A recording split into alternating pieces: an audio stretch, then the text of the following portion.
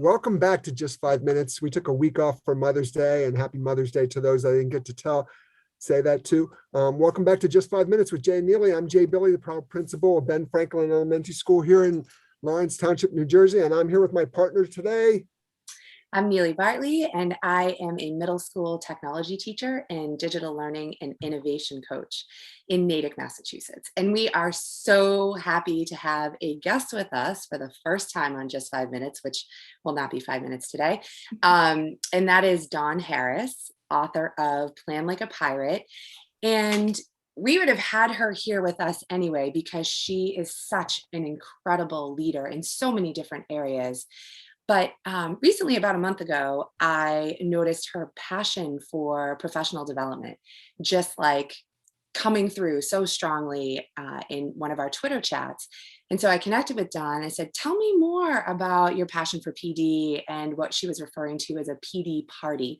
And we ended up connecting over the phone and talking for like an hour one day. And I was taking notes on a piece of paper because what she was saying was so exciting. And we were brainstorming all of these ideas together. And so it just worked out perfectly and made sense to have her come on the podcast and share her awesome thoughts and ideas on professional development. So Dawn, welcome. Hi, thank you both so much. I'm super excited to join you. This is one of my most favorite parts of the week, whether it's watching you two or joining in the chat. I think it's really exciting what you're doing here. And I think, honestly, this is PD at its finest, right? This is like just led by those who are passionate about growing and learning through the work that we do every day. And Nilly, you mentioned our conversation, which was phenomenal, but was inspired by one of, the most awesome PD creators, facilitators, authors, Rich Siz's book, 4 O'Clock Faculty, and his blog.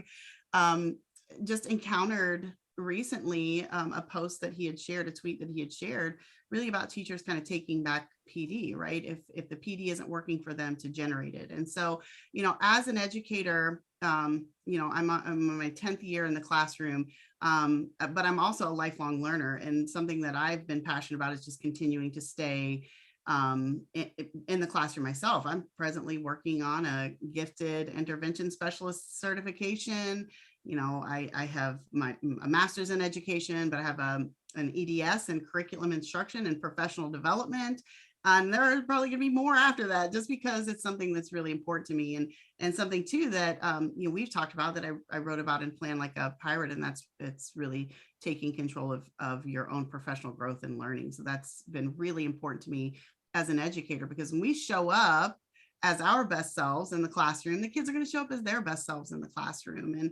And how exciting is that? When we're striving for greatness, the kids are striving for greatness, there isn't anything that we can't accomplish together. And so I was really excited to have that conversation with you, Nilly, and now be here with you and Jay together on this platform, because it's what you guys are doing is providing teachers with access to some really amazing information and some thought-provoking insights and questions that we have to ask ourselves about how do we go about teaching and learning in the classroom every day in a way that doesn't just make our kids better, but makes us better too. That's super important. Awesome. Well, thank you for being here.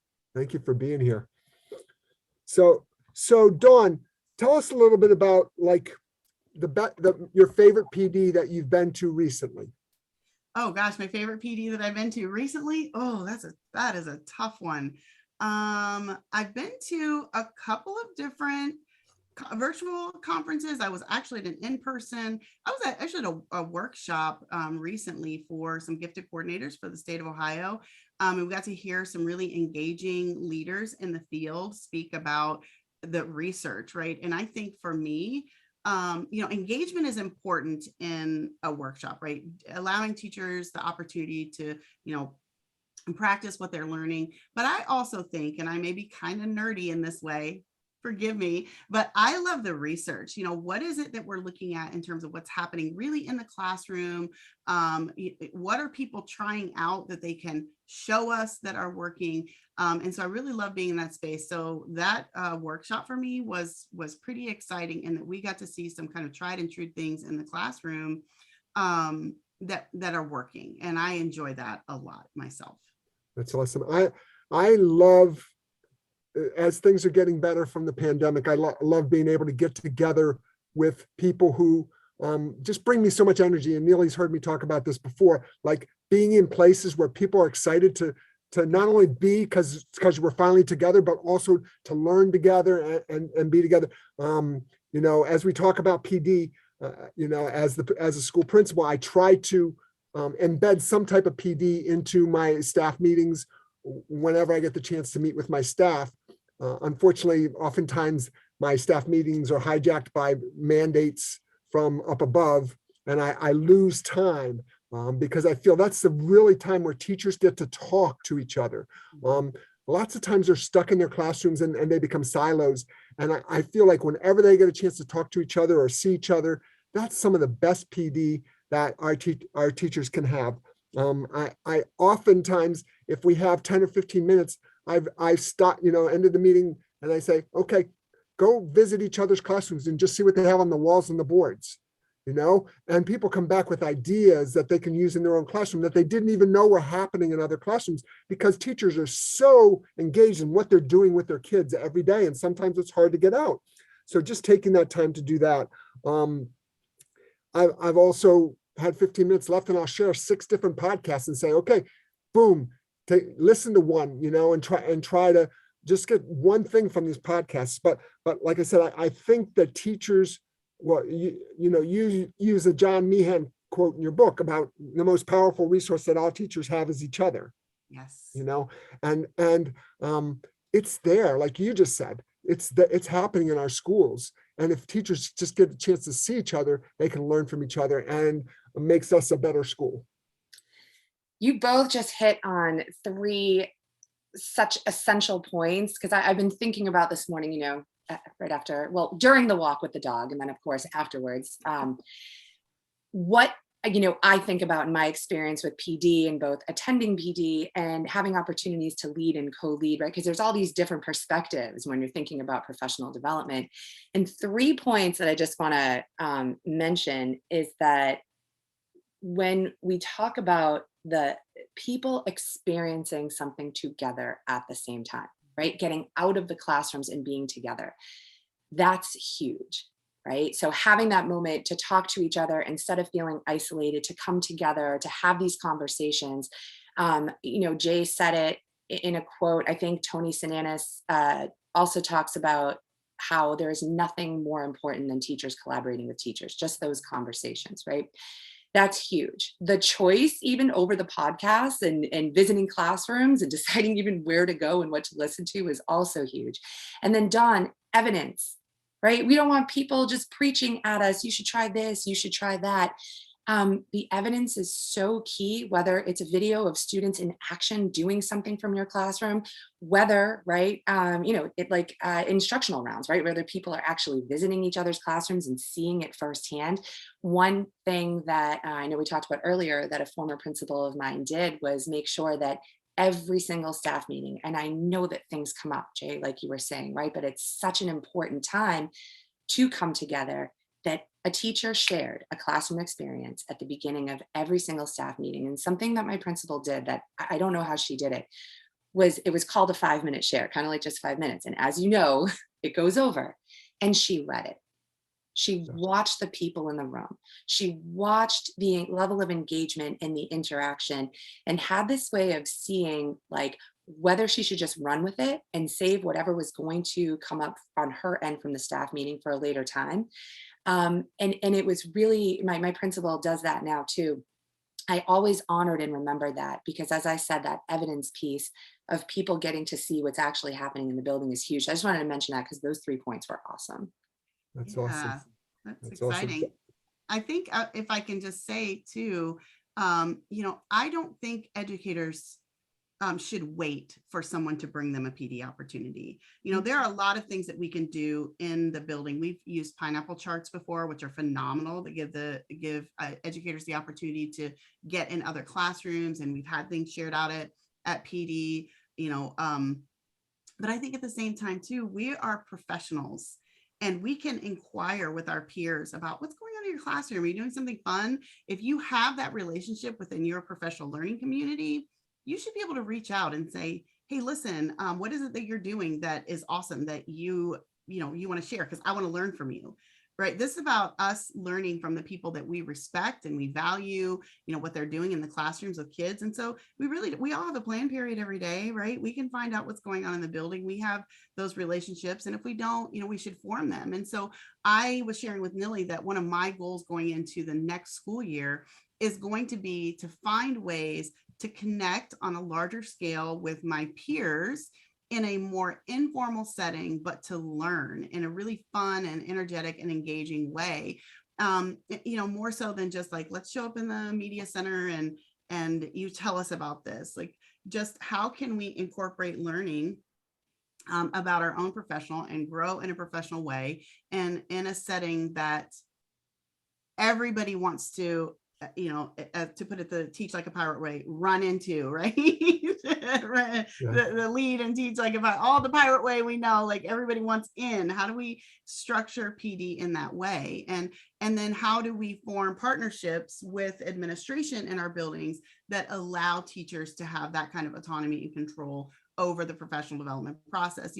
Jay and Nilly, we were talking earlier about the awesome Lead Lab chat yesterday, where programs, we have a lot of programs in place in school that require us to have specific types of PD surrounding those programs, and that's all well and good, but we can still allow teachers some autonomy and control over how that professional development is implemented, but also what do they bring? What's the uniqueness that you bring? If there's a program in your school that everybody's like, well, what are other people doing that makes that program not so, right? Yeah. And so those are the conversations that I really hope to be able to start having with my peers in the future, because that just makes school easier, right? It helps you get through the day a little bit better when you know that if I'm charged with the task of doing this thing and I have to do it, instead of it being a matter of compliance, how can I say now I've turned something that I have to do into something that I want to do?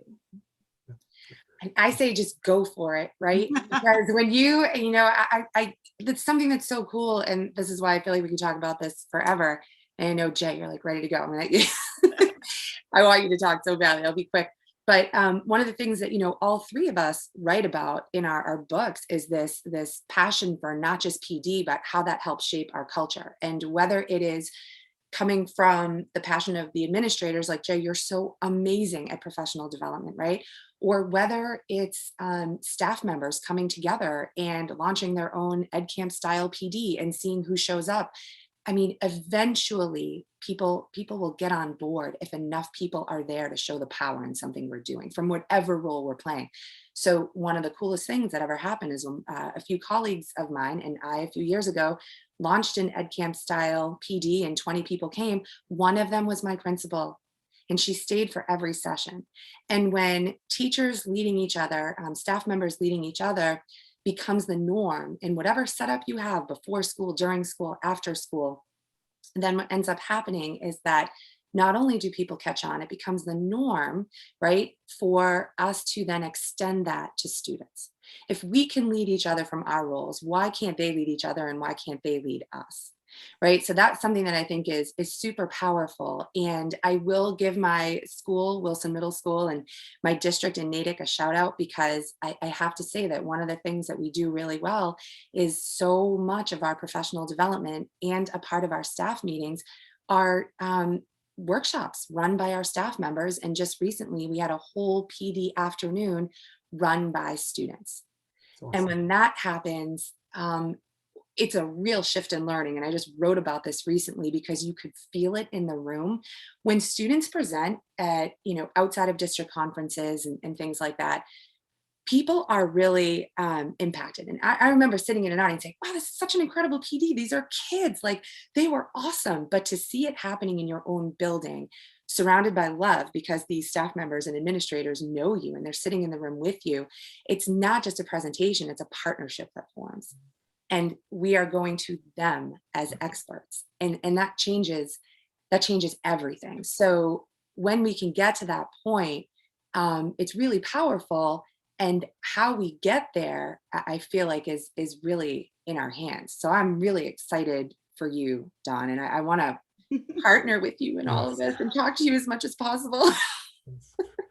Yeah, and again, I'm sitting here and I want to cut this off because we're 20 minutes in, but I know. Okay, But- don't worry about it. Keep But going. what you just said is so key, because I'm thinking about, a couple of years ago, and Neely, you know these people. One of the school nurses came to me and said, and not from my school either. She just said, "Hey, have you seen this?" And it's a movie called Resilience, where it talks about ACEs and trauma informed care, and it's a movie called Resilience. And I said, "No." She goes, and like she messaged me. I ordered the movie. I watched the movie. We then, between the two of it, I mean, this was something, and from there we then had a community conversation about ACEs and trauma informed care. And again, all of it was something that she was passionate about, that I all of a sudden became passionate about. And then we ran our own ed camp on trauma informed care, based on just something she saw and she knew we needed to know more about for our kids. And our staff now is, trauma informed, as well as, understands ACEs. And we've even taken it further and just received a grant from the state to do what they call healing centered learning, which is the next step past trauma informed care and understanding. So, like I said, one person's passions caused our whole district to be a better district, and our staff to learn more about the students we deal with every day. So you talk about taking that ed camp model and just growing it to an even bigger thing. It's pretty amazing. And like I said, Neely, Lynn, you met Lynn before. So, so all it was a quick message, and she DM'd me on Twitter and just said, "Hey, have you seen this?" And I was like, "No, but I ordered it." And it was like $99. I bought a movie, but it was a movie that I was able to share then with our community. And we went out and talked to nurses and doctors. We went to the town next door, which is Trenton, and shared with them. And it's kind of grown throughout the state now. So it's pretty amazing. That also says a lot about you, Jay, right? Sorry, but I right? Is that what you were thinking too? Well, what it says is she knew I was somebody who would make something happen. Yeah. Like, Absolutely. again, you can share with certain people and they're like, "Yeah, that's awesome." But she knew I would make if I thought it was like something important for everyone to know, I would make it known. So that was why, like I said, she knew that I could make it happen. So that's why she shared with me. So. Yeah, and that, she had the courage to do that because she was empowered to do that through your leadership, right? And I think that's so important. It takes somebody willing to step out, and in Plan Like a Pirate, I talk about that. Every single person in the school building has something they can share from which others will grow. And I mean, we have just not even begun to tap into the resources that we have in our building. I found out actually from a student, it was a really cool story. I found out from a student a couple of weeks ago that there is a fellow author in my building who has written not one, but two books. One is a book on math, teaching math, that is way above my head. But the other one was a young adult fiction book. And I was like, I gotta have it. And so here we are, doing a book swap at school and signing books, and the kids are excited, like, oh, Mr. Cotman and Mrs. Harris. And I mean, it's just, and then the kids, were excited about it, and it's inspirational to them to think, I talk with my kiddos all the time about, you guys need to write. If someone had told me when I was 16, like, you could be a writer for your life, like, I would have been like, what? I can. And so my words to teachers are, write it now, write what you have to say, present it, share it, whatever, because even if, and I say this too about Plan Like a Pirate, if one educator is affected by what I wrote in that book in a positive way, my job is done. Yep. Right? That's it. That's all it's about.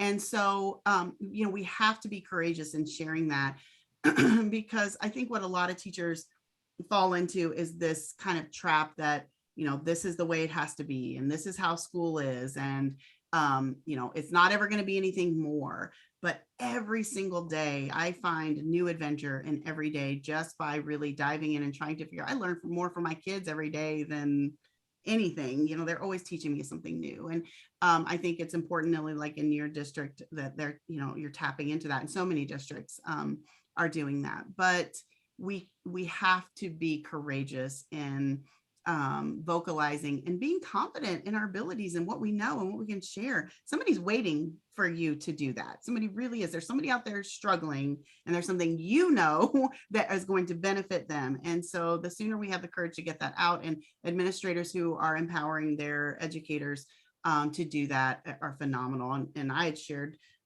with you both before this that leaders need to just let go and let their teachers, because they're putting more on themselves than they need to when there are human beings in those environments who can bring so much, even to the programs. Think about the experts that we have within the programs who are doing it in a way that is actually making it doable and enjoying it to a degree.